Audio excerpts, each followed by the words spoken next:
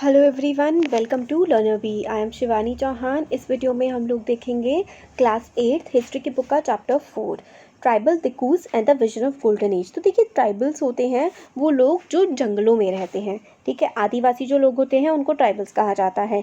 दिक्कूज जो ट्राइबल लोग होते थे ना, वो दिक्कूज जो भी फॉरेनर होते थे या फिर जो बाहर के लोग होते थे ना, उनको ये ट्राइबल लोग दिक्कू बोलते थे। And the vision of golden age, तो ये जो ट्राइबल्स लोग थे ये चाहते थे कि ये जो दिक्कूज हैं, बाहर के लोग जैसे कि जो ब्रिटिशर्स हैं या फिर जो ज़मींदार हैं, जो कि ट्राइबल्स का शोषण कर रहे हैं, ट्राइबल्स पे अत्याचार कर रहे हैं, ये लोग इनके जंगलों से, इनके घरों से बाहर निकल जाएं, इनके इलाके से बाहर निकल जाएं।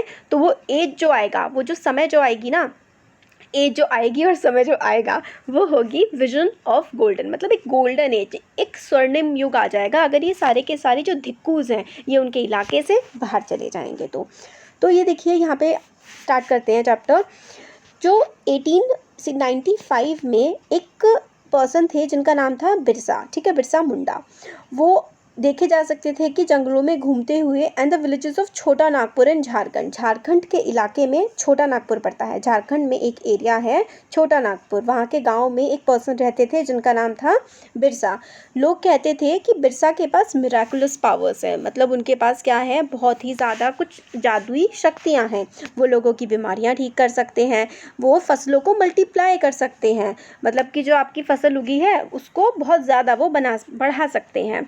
और वो बिरसा ने कहा था कि वो भगवान हैं, और भगवान ने डिक्लेयर, मतलब भगवान ने उनको क्या किया है, अपॉइंट किया है लोगों के दुखों को दूर करने के लिए। और हमारे जो लोग हैं, मतलब बिरसा कहते थे इनके जो गांव के, इनके इलाके के जो लोग हैं, उनसे स्लेवरी, उनको गुलाम बनाया जा रहा है धिक्कुओं के द्वारा। धिक्कुओं होते हैं जो आउटसाइडर, बाहर के लोग आकर के, जो ये छोटा नागपुर का इलाका है यहाँ पर बाहर से लोग आ गए हैं, और जो यहाँ जो ट्राइबल्स रहते हैं उनको गुलाम बना रहे हैं, उनको परेशान कर रहे हैं, तो इनसे मुक्ति दिलाने के लिए भगवान ने मुझे भेजा है, ऐसा बिरसा कहते थे।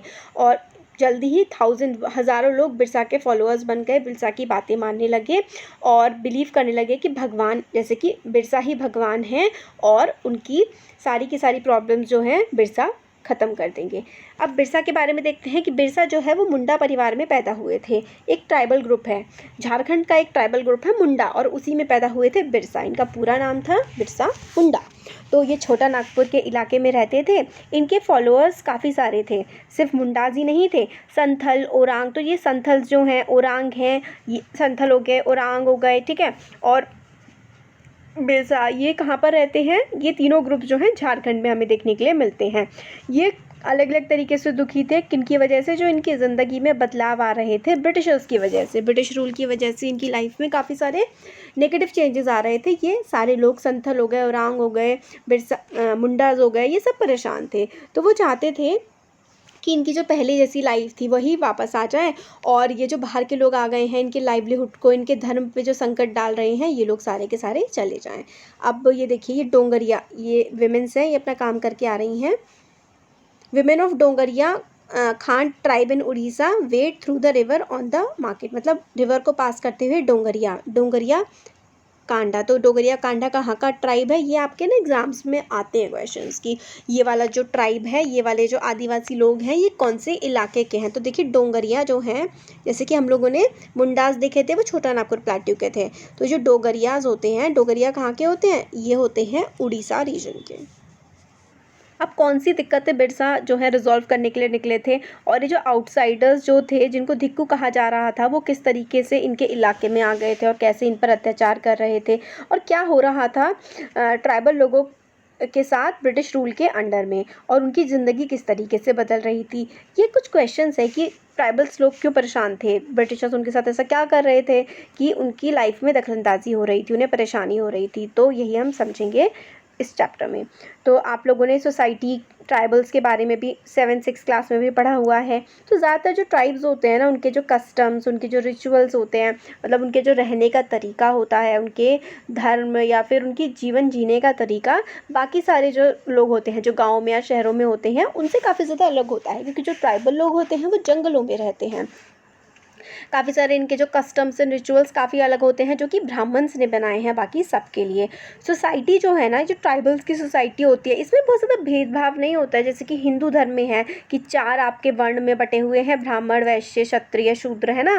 तो इस तरीके से ये ट्राइबल्स में ऐसा डिवीज़न नहीं होता है कि आप ऊँचा नीचा, ये सब ट्राइबल्स में नहीं होता है बहुत ज़्यादा।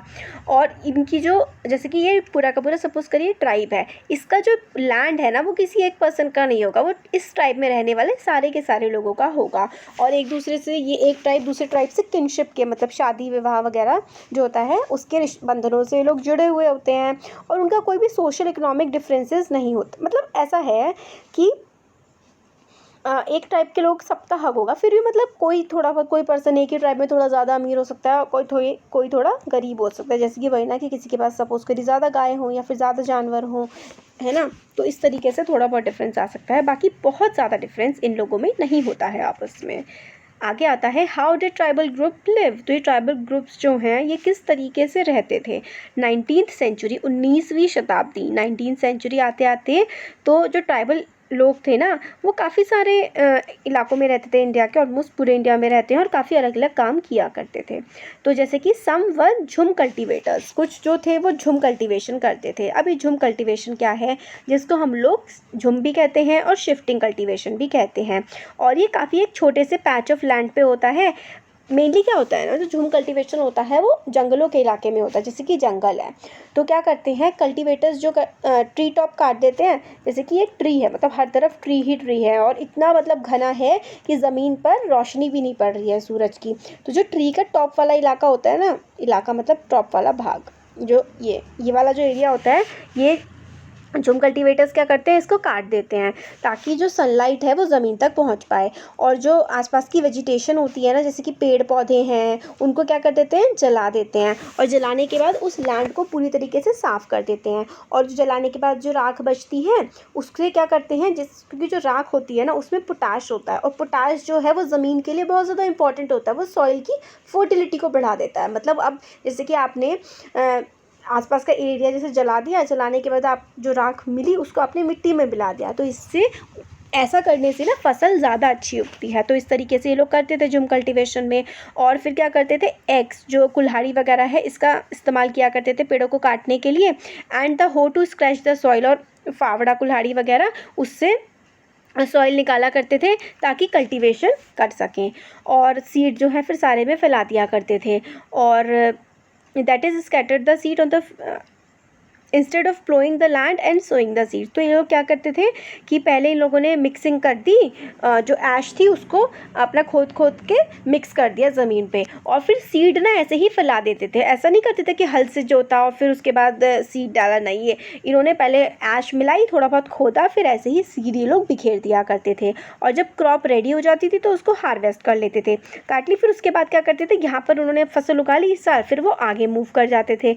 ये वाला लैंड जो है फिर काटते थे पेड़ वगैरह, यहाँ पे जला देते थे, फिर उस ऐश को मिला देते थे ज़मीन में और फिर फसल उगाते थे। तो इसी तरीके से झूम कल्टीवेशन या फिर शिफ्टिंग कल्टीवेशन चलता था। तो a field that had been cultivated once was left fallow for several years. तो एक बार आपने यहाँ पर फसल उगा ली उन लोगों ने, फिर उसके बाद आगे बढ़ जाते थे और इसको फेलो छोड़ देते थे। फेलो का मतलब होता है खाली छोड़ दिया करते थे कुछ टाइम के लिए, ताकि क्या होता है ना, जैसे कि अगर आप लोग ज़मीन को खाली छोड़ देंगे, उस पर कोई फसल नहीं उगाएंगे, तो उसकी जो फर्टिलिटी होती है ना वो दोबारा से गेन कर जाती है, वो दोबारा से अच्छी हो जाती है फसल उगाने के लिए। तो क्या करते थे ये लोग शिफ्टिंग कल्टीवेशन में, पहले इन्होंने ये वाला प्लॉट लिया, इसको जला दिया, ठीक है, इस पर जो पेड़ वेड़ थे, फिर उसकी जो ऐश बची उसको मिट्टी में मिला दिया और फिर सारे बीज फैला दिए, फिर जो फसल हो गई, फसल काट ली, फिर आगे बढ़ गए, फिर आगे भी इसी तरीके से प्रोसेस फॉलो किया। इस पूरे के पूरे प्रोसेस को शिफ्टिंग कल्टीवेशन या फिर झूम कल्टीवेशन कहते हैं। शिफ्टिंग कल्टीवेटर्स जो हैं वो हिली इलाकों में, जो पहाड़ के इलाके हैं, ट्राइब्स, नॉर्थ ईस्ट वाला इलाका है ना हमारे देश का, जैसे कि अगर ये हम अपने देश को बांट लें तो इधर का ऐसे करके इलाका पड़ता है, ये नॉर्थ ईस्ट है, और बीचों बीच वाला सेंट्रल इंडिया वाला पड़ता है। तो नॉर्थ ईस्ट में, सेंट्रल इंडिया में झूम कल्टीवेशन की प्रैक्टिस हम लोगों को देखने के लिए मिलती है। लाइफ जो होती है ना ट्राइबल्स की, वो डिपेंड करती है फ्री मूवमेंट पे, जहाँ भी ये घूमते रहते हैं इधर से उधर, अपना लैंड का इस्तेमाल करते हैं, फॉरेस्ट से जो भी चीज़ें मिलती हैं, जैसे कि बहुत सारे फल फूल और बहुत सारी चीज़ों का इस्तेमाल करते हैं। पेड़ों की एक एक चीज़ के बारे में ट्राइबल्स को पता होता है और अच्छे से उनका इस्तेमाल करते हैं। और this is the only way they could practice shifting cultivation. तो शिफ्टिंग कल्टीवेशन इस तरीके से वो प्रैक्टिस किया करते थे। अब यहाँ पे साल एक टाइप का ट्री होता है, फेलो होता है लैंड को खाली छोड़ देना, महुआ एक ऐसा फ्लावर होता है जिसको खाया भी जाता है और उससे अल्कोहल भी बनती है। फिर यहाँ पे डोंगरिया कांड जो है उड़ीसा में, फिर से हमें इनके बारे में बताया गया। तो थोड़ी देर पहले भी हमने डोंगरिया कांडा के बारे में पढ़ा था, इसकी वुमेंस का। अब फिर से इसमें एक और पिक्चर दिखा रखी है। अब आगे आता है समर हंटर्स एंड गैदरर्स। तो कुछ लोग थे जो खेती किया करते थे शिफ्टिंग कल्टीवेशन के थ्रू, कुछ क्या होते थे, हंटर गैदरर्स होते थे। मतलब वो हंटिंग करते थे और गैदर करते थे। हंटिंग का मतलब है शिकार करते थे जानवरों का और फिर इकट्ठा करके उसको खाया करते थे। तो काफ़ी सारे जो ट्राइबल ग्रुप्स हैं वो हंट करते थे, एनिमल्स को मारते थे और उनको फॉरेस्ट प्रोड्यूस को इकट्ठा करते थे, जैसे कि जो फल हो गए, फूल हो गए और ये सब चीज़ें इकट्ठा करके खाते थे। फॉरेस्ट उनके लिए हर चीज़, जिस भी चीज़ की उनको ज़िंदगी में ज़रूरत है अपने, वो उनको अपने जंगलों से मिल जाया करती थी। खोंड जो है वो इसी तरीके की ट्राइबल कम्युनिटी है जो कि उड़ीसा में रहती है। तो खोंड कहाँ होते हैं, उड़ीसा में। तो वो रेगुलरली जो है क्या करते थे, कल्टीवेट हंट करते थे, जानवरों को मारते थे और उनका मीट खाया करते थे। वो फ्रूट्स खाते थे, रूट्स, जड़ों को भी यूज़ करते थे, पका करके खाया करते थे। और वो ऑयल, जड़ों में से क्या है, ऑयल वगैरह भी निकाल लिया करते थे, उसमें अपना खाना पका के खाते थे। जो सीड्स होते हैं ना साल के और महुआ के, तो साल जो ट्री है और महुआ, इसके जो सीड्स होते हैं, इसके जो बीज होते हैं, इसमें से तेल निकाल करके अपनी तेल की ज़रूरत पूरा कर लिया करते थे। और काफ़ी सारे फॉरेस्ट में जो झाड़ियाँ होती हैं, हर्ब्स होती हैं, उनको मेडिसिनल, जैसे कि अब आप देख लीजिए ना, नीम है, नीम के कितने ज़्यादा यूजेस होते हैं, जो मेडिसिन की तरह, दवाई की तरह उसको इस्तेमाल किया जाता है। नीम को फार्मेसी कहा जाता है कि वही सारे के सारी दवाइयाँ इस नीम के पेड़ से ही आपको मिल सकती हैं। तो इस तरीके से जो ट्राइबल्स होते थे वो जंगलों से अपना हर चीज़ का जीवन यापन कर लिया करते थे। और जो चीज़ बचती थी एक्स्ट्रा जो होती थी, हर्ब्स शर्ब्स जो होती थी, वो लोकल मार्केट में बेच दिया करते थे। Local weavers and leather workers turn to the Khonds when they need supplies of kusum and palash tree. और ट्राइबल से लोग कुसुम का ट्री होता है, पलाश का ट्री होता है, वो लेकर के आया करते थे, क्योंकि इनमें क्या होता है, इनमें कलर निकलता है। पलाश में ना जो होली का रंग होता है ना, वो पहले तो पलाश के फूलों से ही बनाया जाता था। तो इस तरीके से जो ये होते थे, ये ट्रेड भी करते थे, मतलब जो फॉरेस्ट प्रोड्यूस होती थी उसको बाज़ार में जा कर के थोड़ा बहुत बेच के भी आते थे और अनाज वगैरह वहाँ से खरीद के लाया करते थे। अब बोलते हैं कि ये जो फॉरेस्ट के लोग होते थे, ये कहाँ से जो अपनी राइस और ग्रेन, चावल और गेहूँ वगैरह लाया करते थे। तो मैंने अभी आपको बताया कि जो अपना फॉरेस्ट का सामान होता था, ये बाज़ारों में बेच करके आते थे और वहाँ से जो भी चावल और गेहूँ वगैरह इनको मिल जाता था। अदर टाइम्स जो खरीदते थे वो लोग गुड्स, ठीक है, मतलब सामान, with small amount of earning they had, कुछ थोड़ा बहुत जो बेच करके सामान पैसा कमा लेते थे, उससे भी ये अपना जो भी इन लोगों को ज़रूरत पड़ती थी। देखिए ज़्यादातर सामान जो होता था इन लोगों को अपने जंगलों में इनका लगभग सारा सामान मिल जाता था। इसके अलावा जो भी चीज़ की इन्हें ज़रूरत होती थी वो क्या करते थे, फॉरेस्ट का प्रोड्यूस जो है, जो फॉरेस्ट से इनको मिला उसको बाज़ार में बेच करके आते थे। बाज़ार से कुछ पैसे मिले, फिर जो चीज़ खरीदनी होती थी वो बाज़ार से खरीद लेते थे। इस तरीके से अपना जीवन यापन करते थे। और कई बार ये कुछ छोटे मोटे काम भी करते थे गाँव में जा कर के, जैसे कि सामान उठाना या फिर रोड को बनाने का काम करना, और काफ़ी सारे खेतों में भी काम किया करते थे। तो इनको when supplies of forest produce shrank, tribal people had to increase, जैसे कि अगर फॉरेस्ट में जो है फॉरेस्ट में जैसे पेड़ वगैरह पे फल नहीं लगे या बाकी सारी चीज़ों की कमी पड़ गई जंगलों में, तो फिर ये लोग गांव वगैरह जाते थे और वहाँ पर लेबर की तरह काम कर लिया करते थे, मजदूर की तरह। बट काफ़ी सारे लोग जैसे कि बाइगाज हैं सेंट्रल इंडिया के, वो उनको काम करना पसंद नहीं था। उनको था कि भाई आप लोग फॉरेस्ट के अलावा, फॉरेस्ट के लोग किसी और जगह काम करें, ये उनकी डिग्निटी के, मतलब उनकी इज्जत के खिलाफ था। कौन थे ये लोग, ये देखिए बाइगाज, सेंट्रल इंडिया के, मध्य प्रदेश का इलाका है यहाँ पर। फिर यहाँ पर आप झारखंड में भी देख लेंगे बाइगाज। ज़्यादातर ट्राइबल्स तो काम कर लिया करते थे बाहर जा करके, बट जो बाइगास थे ना, उन लोगों को लगता था ये हमारी इज्जत के खिलाफ है कि हम किसी के वहाँ जा कर के लेबर की तरह, मजदूर की तरह काम करें। तो ट्राइबल ग्रुप्स जो हैं ऑफन नीडेड टू, इनको सामान बेचना खरीदना पड़ता था ताकि इनको जिस चीज़ की ज़रूरत है वो चीज़ इनकी पूरी हो सके, जो इनके जंगलों में नहीं मिलती। तो जो व्यापारी होते थे ना और मनी लेंडर्स होते थे, उन पे ये लोग डिपेंड करते थे अपने सामान के लिए। अब ट्रेडर्स जो हैं वो सामान बेचने के लिए आते थे, वो काफ़ी ज़्यादा and sold the goods at high prices, बहुत ही ज़्यादा महंगे में इन लोगों को बेचा करते थे। मनी लेंडर से ये लोग पैसे लिया करते थे, तो ट्राइबल्स जो हैं उनको बहुत ही ज़्यादा रेट पर ये मतलब बहुत ज़्यादा ब्याज वसूला करते थे मनी लेंडर्स ट्राइबल से। तो इस तरीके से ट्राइबल्स को बड़ी ज़्यादा दिक्कतें होती थी, क्योंकि जो सामान लोग बेचते थे वो इन लोगों को बहुत महंगा देते थे। और मनी लेंडर्स से, जब ये मनी लेंडर्स होते हैं जिन लोगों से ये लोग पैसा उधार लेने जाते थे, वो लोग भी इन्हें जैसे कि इंटरेस्ट रेट बहुत ज़्यादा, कि भाई 100 रुपये इन्होंने लिए तो उस पर 50%, 60% इंटरेस्ट रेट लगा रहे हैं कि भाई 1 महीने बाद इन्हें 100 के बजाय 160 रुपये वापस करने पड़ेंगे।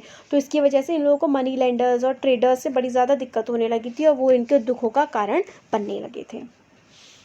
फिर आता है कुछ और आगे हमें बताते हैं कि सम हर्डेड एनिमल्स, कुछ हर्डर्स होते थे। हर्डर्स का मतलब होता है कि अपने झुंडों में ये लोग जानवरों को रखा करते थे और जानवरों का जो प्रोड्यूस होता है जैसे कि मिल्क हो गया, फिर घी हो गया, ये सब बेचा करते थे। काफ़ी सारे ट्राइबल्स जो थे वो हर्डिंग एंड रियरिंग करते थे, जानवरों को पालते थे और वो पेस्टोरलिस्ट थे, मतलब चरवाहे थे। वो एक जगह से दूसरी जगह, जैसे कि अपनी कैटल हो गई, शीप हो गई, सीज़न टू सीज़न एक जगह से दूसरी जगह घुमा करते थे। और व्हेन द एक जगह की ग्रास ख़त्म हो जाती तो ये लोग आगे की तरफ बढ़ जाया करते थे। जैसे कि वन गुज्जर हैं जो कि पंजाब के इलाके में रहते हैं, और लाबादीज़ हैं जो कि आंध्र प्रदेश में रहते हैं। ये लोग कैटल हर्डर्स हैं। कैटल हर्डर्स मतलब गाय भैंस पाला करते हैं। और गड्डी जो हैं वो कुल्लू के शेफर्ड्स हैं, भेड़ बकरी चराते हैं। बाकरवाल हैं कश्मीर के, वो गोट्स को रखते हैं। तो इन सब के बारे में हम लोग देखते हैं। तो ये आपको याद कर लेना चाहिए कि वन गुज्जर जो हैं पंजाब में मिलते हैं, उत्तराखंड वाले रीजन में भी मिलते हैं, राधा जी नेशनल पार्क में, उत्तराखंड में जो है। और लाबादीज़ जो हैं आंध्र प्रदेश में होते हैं। गड्डी जो है वो कुल्लू का इलाका जो है हिमाचल में, वो शेफर्ड्स होते हैं, बकरी वगैरह पालते हैं। बाकरवाल्स होते हैं कश्मीर में। तो ये आपको याद करना चाहिए क्योंकि एग्ज़ाम में पूछा जाता है कि ये वाले जो ट्राइबल्स हैं वो कौन से इलाके से आते हैं। फिर आगे देखिए यहाँ पर ये बताया गया है अ टाइम टू हंट, मतलब ये जो है ये कहानी टाइप की है, ये आपके एग्ज़ाम्स के उसमें रिलेटेड नहीं है। तो इसमें बस हमें बैगाज एंड खोंड जो है सेंट्रल इंडिया के, उनके बारे में बताया गया है, उनकी लाइफ के बारे में, कि चैत का जो महीना आता है उसमें विमेन वेंट टू डू क्लियरिंग्स, वो सफाई वगैरह करने लगती हैं और जो फसल वगैरह होती है उसको काटने लगती हैं, अपने रिचुअल हंटिंग करती हैं, मतलब जो उनके कस्टम्स में होगा ना, उनके रीति रिवाजों में हंटिंग वगैरह करते हैं। फिर आदिवासी जो कांदा और महुआ के सीड्स लाते हैं, वुमेन गैदर करती हैं उसमें से। फिर बैसाख के महीने में वो फॉरेस्ट से मतलब बर्न कर देते हैं। फिर बर्न करने के बाद जो चीज़ें मिलती है, तो अलग अलग मौसम में वो क्या क्या काम करते हैं इसके बारे में बताया गया है। हमारे लिए चैप्टर के हिसाब से इतना इम्पोर्टेंट नहीं है, एग्ज़ाम में नहीं पूछा जाता है। तो बस ये एक संथल विमेन है, वो फायरवुड मतलब लकड़ी लेकर के आ रही है, इसके बारे में दिखाया गया है।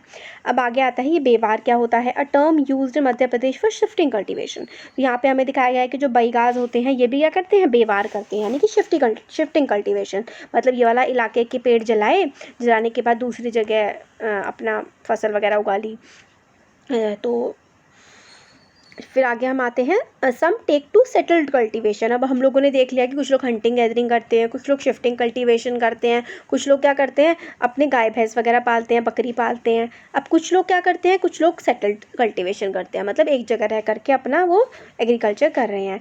इवन बिफोर 19th सेंचुरी से काफ़ी सारे ट्राइबल ग्रुप्स जो हैं वो एक ही जगह रहने लगे थे और अपने वहाँ पर खेती बाड़ी करते थे इन 1 ईयर आफ्टर ईयर। ठीक है, तो वो अलग अलग जगह नहीं घूमा करते थे, अपना एक ही जगह रह करके अपना फसल वगैरह उगाया करते थे। उन्होंने हल का इस्तेमाल करना शुरू कर दिया और अपने उनके जो है लैंड राइट्स भी, कि भाई ये वाला हमारा लैंड है, इस तरीके के लैंड राइट्स भी उनके होने लगे काफ़ी सारे। जैसे कि मुंडाज हो गए, छोटा नागपुर के लैंड जो है वो पूरे के पूरे क्लान को बिलोंग करता था, मतलब जितने भी मुंडा है सबका लैंड है, किसी एक मुंडा का वो नहीं है, सारे के सारे लोगों का होगा, कि चाहे वो किसी के परदादा दादा कुछ भी हो, सबका पूरे की पूरी जाति का वो लैंड है।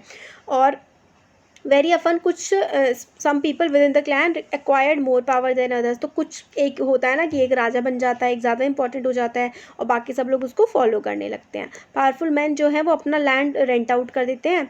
ठीक है, जैसे कि ऐसा ही ये लैंड है, वैसे तो सबका है, बट फिर भी इन्होंने अपना मत मान करके कि सब लोगों ने डिसाइड करा कि इस वाले लैंड पे हम करेंगे, इस पे हम करेंगे, इस पे हम करेंगे, बल्कि है सबका ही।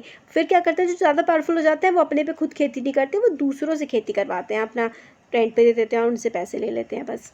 फिर ब्रिटिश ऑफिशियल को लगा कि जो सेटल ट्राइबल ग्रुप है ना, जैसे कि गोंड हो गए, संथाल हो गए, मुंडा हो गए, ये थोड़े ज़्यादा सिविलाइज्ड हैं, जो हंटर गैदरर मार के खाते हैं, शिफ्टिंग इधर उधर करते रहते हैं, ये लोग अच्छे नहीं हैं। बट जो लोग एक जगह रह करके खेती कर रहे हैं ना, ब्रिटिशर्स को लगा ये अच्छे हैं, इन लोगों से ज़रा थोड़ा इनके साथ घुला मिला जाए और इनसे अपना काम निकाला जाए, ये सोचने लगे ब्रिटिशर्स। तो कौन किस किस पे हुआ सबसे पहले? जो गोंड हो गए, संथल हो गए, इन लोगों से सबसे पहले कॉन्टैक्ट में आए ब्रिटिशर्स। क्योंकि ब्रिटिशर्स समझते थे जो लोग जंगलों में रहते हैं वो अच्छे नहीं होते हैं और पता नहीं क्या क्या हरकतें करते हैं, इस तरीके की बातें ब्रिटिशर्स सोचा करते थे। अब आता है, अब ब्रिटिशर्स के बारे में आएगा। How did colonial rule affect tribal life? जो कॉलोनियल रूल था, कॉलोनियल रूल मतलब अंग्रेजों का जो शासन था उसने ट्राइबल्स की लाइफ को किस तरीके से अफेक्ट किया, ये देखते हैं। तो लाइफ जो थी ना ट्राइबल ग्रुप्स की, वो काफ़ी ज़्यादा चेंज हुई ब्रिटिश रूल में। कैसे? अब वो हम इसमें आगे देखेंगे। तो ट्राइबल चीफ्स जो थे, जो ट्राइबल्स हेड हुआ करते थे, उनके साथ क्या हुआ? तो ब्रिटिशर्स के आने से पहले काफ़ी सारे जो ट्राइबल चीफ थे ना, वो काफ़ी ज़्यादा इंपॉर्टेंट पीपल हुआ करते थे, काफ़ी इंपॉर्टेंट होते थे वो अपने इलाके में, और उनको काफ़ी इकोनॉमिक पावर होती थी। उनके पास अपने इलाकों को एडमिनिस्टर करने का, उन पे अपना रूल चलाने का पूरा हक होता था। काफ़ी सारे प्लेसेस, जैसे कि उनकी तो अपनी पुलिस भी होती थी, वो अपने लोकल रूल से चला करते थे। लैंड और फॉरेस्ट में किस तरीके से सब कुछ होगा, वो जो हेड होते थे ना ट्राइबल्स के, वो डिसाइड करा करते थे। बट ब्रिटिश रूल जो है, फंक्शन पावर जो थी ना ट्राइबल लोगों की, ट्राइबल के जो चीफ थे, जैसे कि ये ट्राइब है, ट्राइब्स का जो हेड है, पहले तो उसकी चलती थी सब पर फिर जब ब्रिटिशर्स का रूल आया तो ये ट्राइबल चीफ की काफ़ी ज़्यादा कंडीशन अलग हो गई थी। और ब्रिटिशर्स ने कहा कि ठीक है, तुम अपने लैंड टाइटल्स तो रख लो, ठीक है, तुम हेड हो तो तुम हेड रहो पूरे जो विलेज के हैं, and rent out lands, but they lost much of their administrative power and were forced to follow.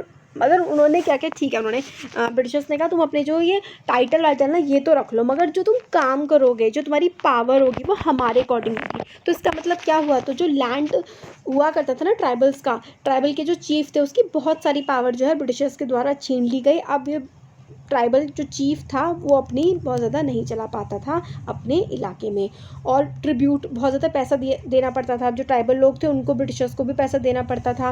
And discipline tribal groups on behalf of British, मतलब डिसिप्लिन में रखो, इधर उधर ना घूमे, जैसे हम लोग कह रहे हैं, इस तरीके के रूल्स फॉलो करे जाएँ। ये भी अब ट्राइबल के चीफ को ब्रिटिशर्स की बात मानने लगती थी। तो उन्होंने अपनी अथॉरिटी खो दी, जो अपने एंजॉय करा करते थे ना पहले वो, कि भाई अपनी मर्ज़ी से काम कर रहे हैं, अपनी मर्ज़ी से रह रहे हैं, जैसे रहना है। तो ये वाली चीज़ जो है ना उनकी काफ़ी ज़्यादा जाती रही, और अपनी मर्ज़ी से अब वो ढंग से काम नहीं कर पाते थे।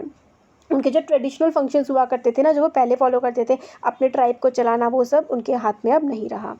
अब ये देखिए, ये अपना कुछ बना रहे हैं यहाँ पर, ये हमें बताया गया है, a log house build by village of the Nishi tribes of Andhra Pradesh. अब ये भी इंपॉर्टेंट है कि ये जो निशी है, निशी ये कहाँ के ट्राइब है?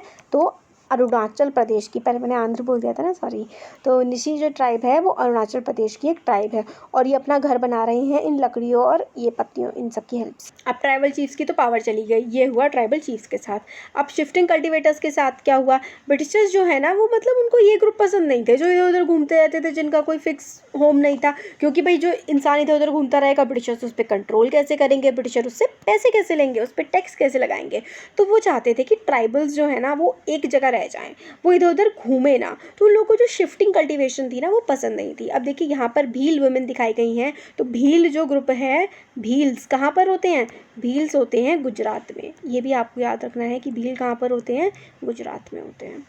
तो ब्रिटिश क्या चाहते थे कि जो शिफ्टिंग कल्टीवेटर्स है ना, ये भाई ऐसे इधर उधर ना घूमे, ये अपना एक ही जगह रुक जाएं और पीजेंट कल्टीवेटर्स बन जाए, मतलब एक ही जगह रह करके अपनी फसल उगाएं, ताकि हम लोग इन लोगों से रेवेन्यू टैक्स वगैरह इकट्ठा कर सके। उनका तो एक ही मकसद था ब्रिटिशर्स का, पैसे कमाना।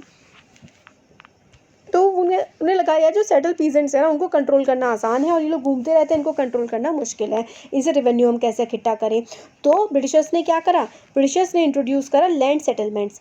इससे क्या करा उन्होंने कि लैंड मेजर करा और राइट्स डिफाइन कर दिए कि भाई इन्होंने ब्रिटिशर्स ने पूरा इलाका नाप लिया, और ये लैंड तुम्हारा, ये लैंड तुम्हारा, ऐसे करके लोगों को लैंड दे दिया, और फिर भाई तुम हमें इतना रेंट दोगे, इतना दोगे, ये पूरा का पूरा डिफाइन उन्होंने कर दिया।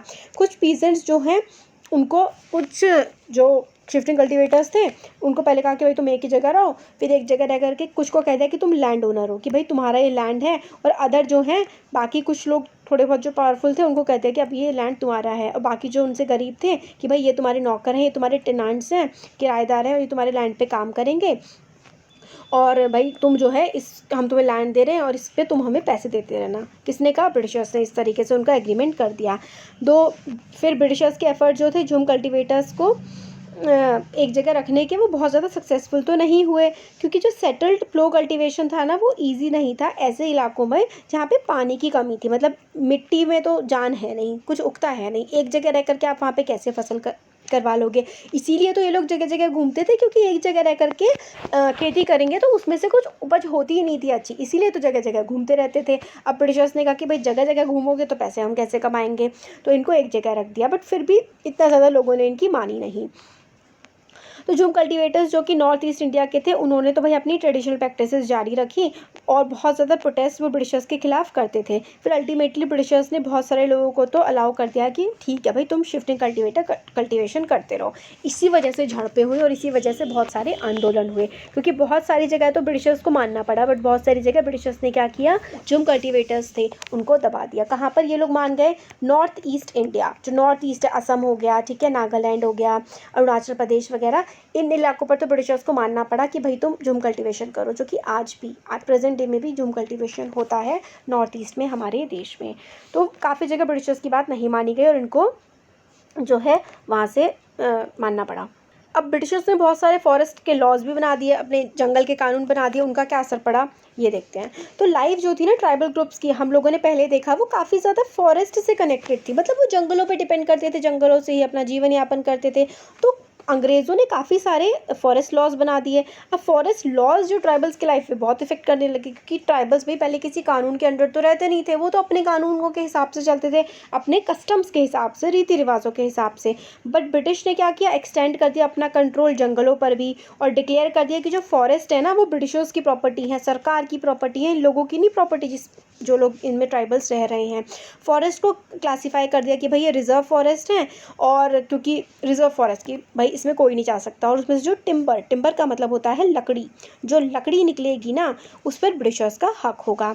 और फॉरेस्ट के पीपल जो हैं उनको फ्रीली नहीं मूव करने दिया जाएगा। मतलब फॉरेस्ट के लोग तो पहले एक जगह से दूसरी जगह भाई आराम से घूमते रहते थे, है ना, मगर फिर ब्रिटिशर्स ने कहा कि भाई ये फ्रीली नहीं मूव कर सकते हैं। और जो झूम कल्टीवेशन प्रैक्टिस करते हैं और जो फल उठाते हैं या फिर जानवरों को मारते हैं, ये सारे के सारी जो चीज़ें हैं अब ये लोग नहीं कर सकते। मतलब अपने ही जंगल में ट्राइबल्स खुले नहीं घूम सकते हैं, झूम कल्टीवेशन नहीं कर सकते, फ्रूट्स कलेक्ट नहीं कर सकते, जानवरों को नहीं मार सकते। इस तरीके के रूल्स जो हैं ब्रिटिशर्स ने बना दिए।